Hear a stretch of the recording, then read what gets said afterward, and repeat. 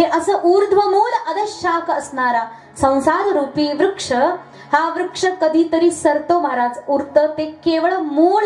कारण संसार सम्यक रूपेण सरती. याला अश्वत्थ म्हटलं. अश्वत्थ, अ म्हणजे नाही, श्व म्हणजे उद्या. संस्कृत मध्ये उद्याला श्व असं म्हणतात. जो उद्या राहणार नाही त्याला अश्वत्थ म्हणायचं. आपण म्हणतो ना शाश्वत किंवा अशाश्वत, किंवा आपण एक नश्वर शब्द वापरतो.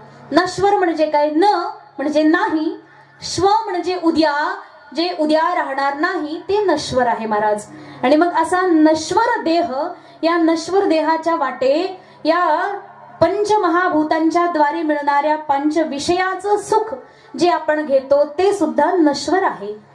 नश्वरानं मिळवलेलं सगळं नश्वरच असतं. म्हणून म्हटले महाराज की तुम्ही हे जे सुख समजता हे वास्तविक मायेपासून उत्पन्न